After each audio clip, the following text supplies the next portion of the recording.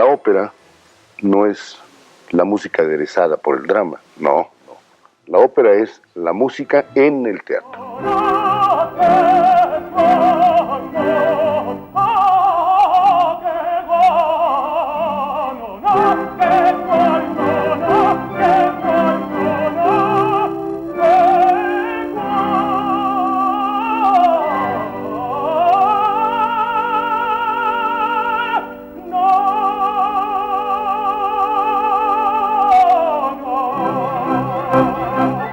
En la ópera mezclaba la poesía, la plástica, la literatura, la música, la actuación.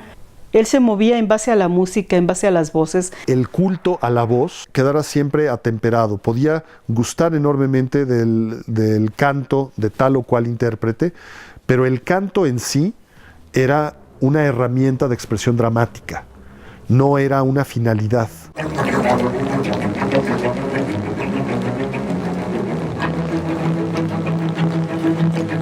Ya con Eduardo Mata hizo Falstaff, Don Giovanni e hizo La vida breve.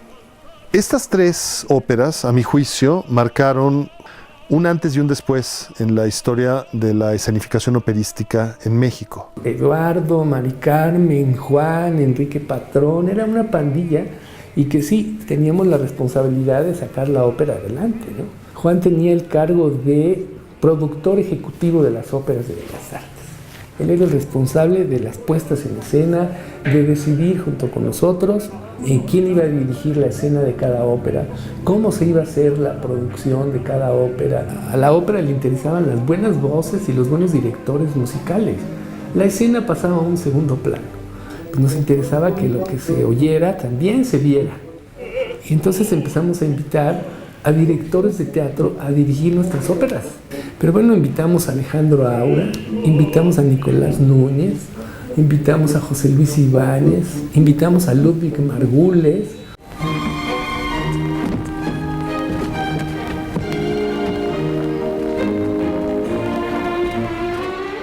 La mancuerna Mata-Ibáñez fue un Falstaff de Verdi, una verdadera conmoción en el mundo de la ópera, anquilosada, obsoleta, que hacía cosas ya muy acartonadas y que con ellos va a cambiar radicalmente, porque ellos ya tienen una nueva visión, tanto musical como escénica. El Falstaff de Juan era una especie de teatro isabelino giratorio que siempre se volvía al mesón de la jarretera. Había un formidable reparto, dirigido musicalmente por Eduardo Mata. Y ahí salió por primera vez Ramón Vargas, Lourdes Ambrís, Encarnación Vázquez. O sea, sí se dejaban dirigir en la escena, ¿no? Sí se movían, sí bailaban, sí actuaban. El más estricto y el más perfeccionista. Y este Falstaff fue extraordinario desde los ensayos, desde la manera de concebir la escena, de cómo se movían los personajes, que era verdaderamente casi un ballet entre ellos. Los movía Juan Ibáñez con ese genio que tenía para hacer teatro de a de veras.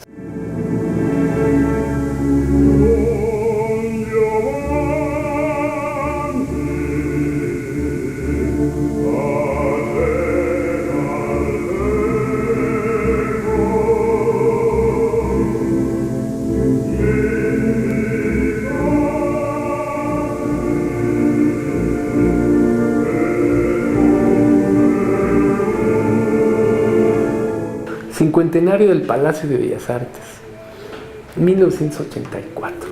Y se decidió que se iba a hacer Don Giovanni, dirigida por Eduardo Mata en la orquesta y dirigida en la escena por Juan Ibáñez. Una escenografía de Mario Martín del Campo, con unas marionetas gigantes que eran osamentas, con un gigantesco cráneo que caía sobre Don Giovanni al final.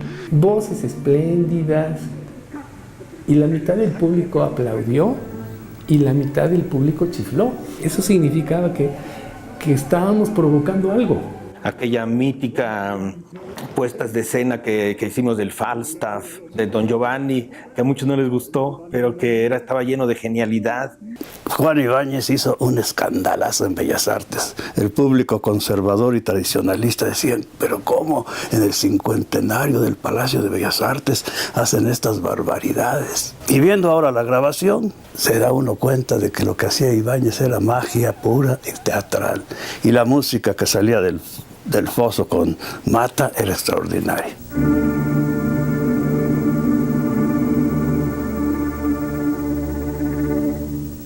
La interpretación operística implica una enorme flexibilidad. Con gran sentido dramatúrgico, Juan comenzó con el epílogo, el famoso lieto fine, el final feliz que Mozart agregó después de la muerte de Don Giovanni. Eduardo Mata y Juan lo pusieron para abrir la ópera. Y después del final, después del epílogo, venía la obertura. Y la ópera terminaba con la muerte de Don Giovanni. La parte contundente, dramática, religiosa de Don Giovanni era eso. Al final, cuando la calavera caía encima de Don Giovanni. Era una obsesión para él, porque él era un Don Giovanni en la vida real. Al estar en la representación escénica de la ópera Don Giovanni de Mozart, ahí están todas las ideas de Juan Ibáñez.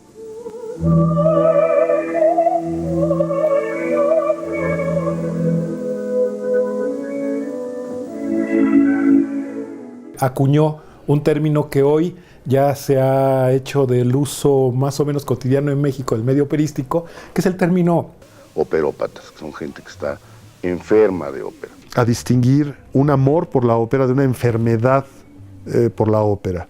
Él, teniendo en cuenta ese estado de las cosas, lo trastocó. Y por eso su puesta en escena de Don Giovanni y de La Cenicienta, entre otras, son un parteaguas de la historia operística en México. Bueno, yo tengo en mi mente esa vida breve, que fue maravillosa. Esas escenas fuertes, plásticas, porque era un maestro de la plástica. Esas luces, esos cambios de luces que te atraían, te dejaban a la gente pegada al escenario.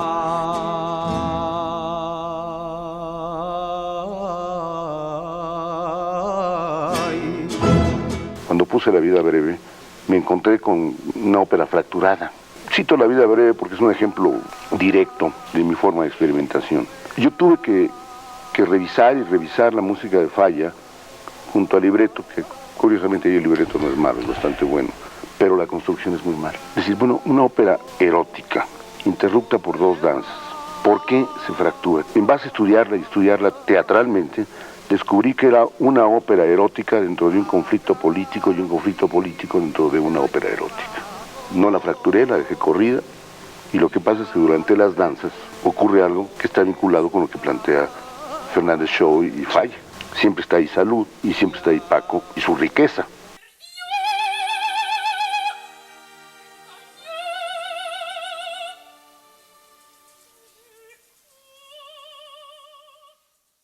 De las cosas que más me impresionaron de su trabajo fue La vida breve. Cuando se levantaba el telón, aquello era un derroche de arte, de imaginación. Ver toda esa creatividad, todo lo que se imaginaba Juan en las figuras, aquel árbol con cuerpo de mujer, de una mujer bailando flamenco. Yo creo que es de las mejores óperas que se han hecho en muchos años en la vida del Palacio de Bellas Artes. La música de Manuel de Falla es una joya, pero la puesta que hizo Juan, que fue una puesta en escena basada en unos cuadros de un pintor español, Romero de Torres, y había unas celosías y se convertía en un espacio como si estuviéramos en la Alhambra y se convertía en otra cosa. Y todo eso era lo que Juan había diseñado, ¿no?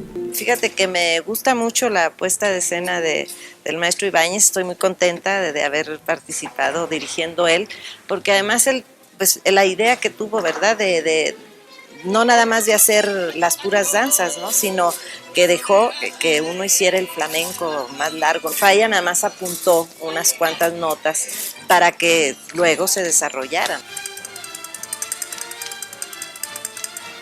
Originalmente no fue escrito para actuarse, es una voz que sale de la fragua. Pero lo interesante de esto es que el maestro Ibáñez, muy acertadamente diría yo, toma la voz y la convierte en un personaje en un provocador.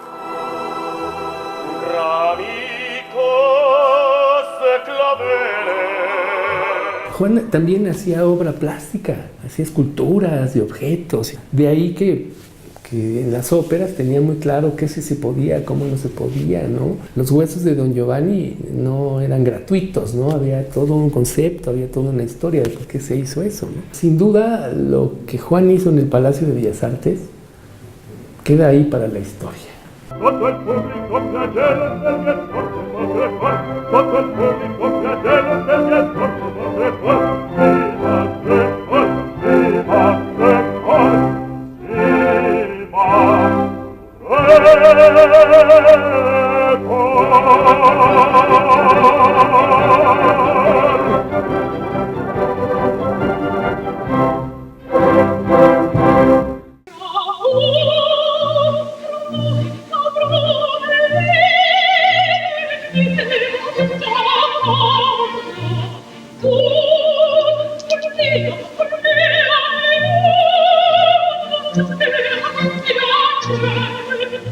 En Traviata, la más hermosa de todas las melodías que escribió Verdi, la apunta en la obertura, y es el Ámame Alfredo. Nunca más la volvió a poner, entonces la volvió a poner al final. Esa libertad que me tomé al final de la Traviata es una libertad que yo creo que Verdi me lo hubiera agradecido. Esa es su música.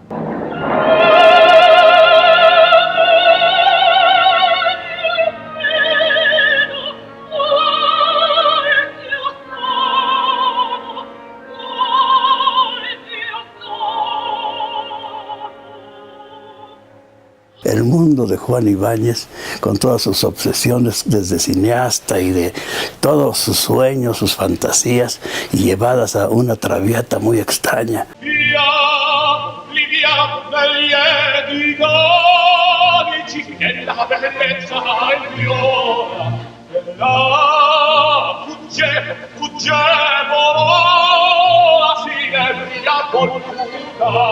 El peligro de poner una ópera como la Traviata es que ya se la sabe. Entonces la gente da mucha lata por eso. Esperan que uno complazca, por decirlo de alguna forma, lo que la gente espera, lo que el público condicionado espera. Bueno, él como hombre de teatro y amante de la música, creo yo que su concepción era, como decía Wagner, la obra de arte integral. Wagner decía que no era ópera nada más el canto y la música, todas las artes se combinaban en una sola, que era lo que llamaba la ópera, el Gesamtkunstwerk en alemán, la obra de arte integral. Y en sus puestas en escena, la escenografía, el vestuario, el maquillaje, la acción y todo tenían una estructura integrada. Pero Ibáñez era un visionario y, como decía Ramón Vargas, se adelantó 30 años o 40 años a lo que se iba a hacer posteriormente.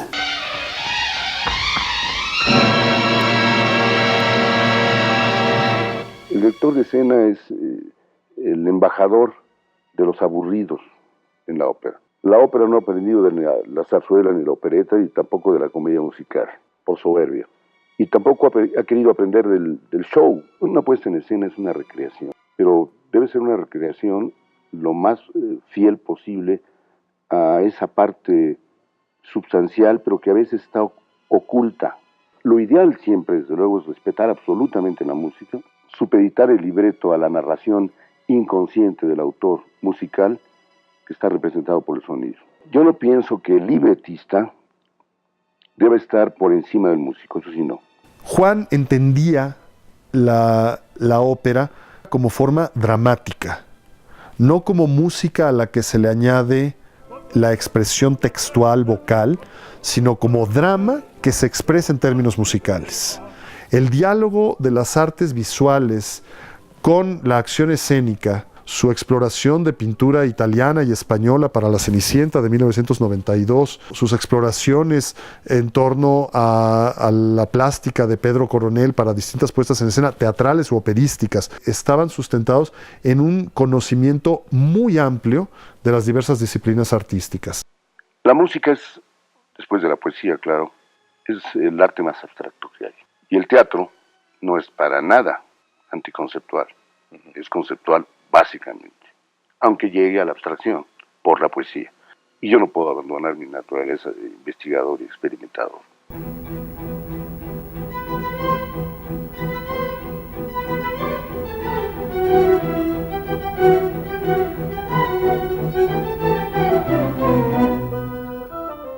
Yo estudio las óperas oyendo la música estrictamente. Y si me doy cuenta que la música me empieza a aburrir, digo, está mal. Me van a decir, bueno, a mí no me aburre, bueno, pero el que la va a poner soy yo, así es que ni modo, ¿verdad?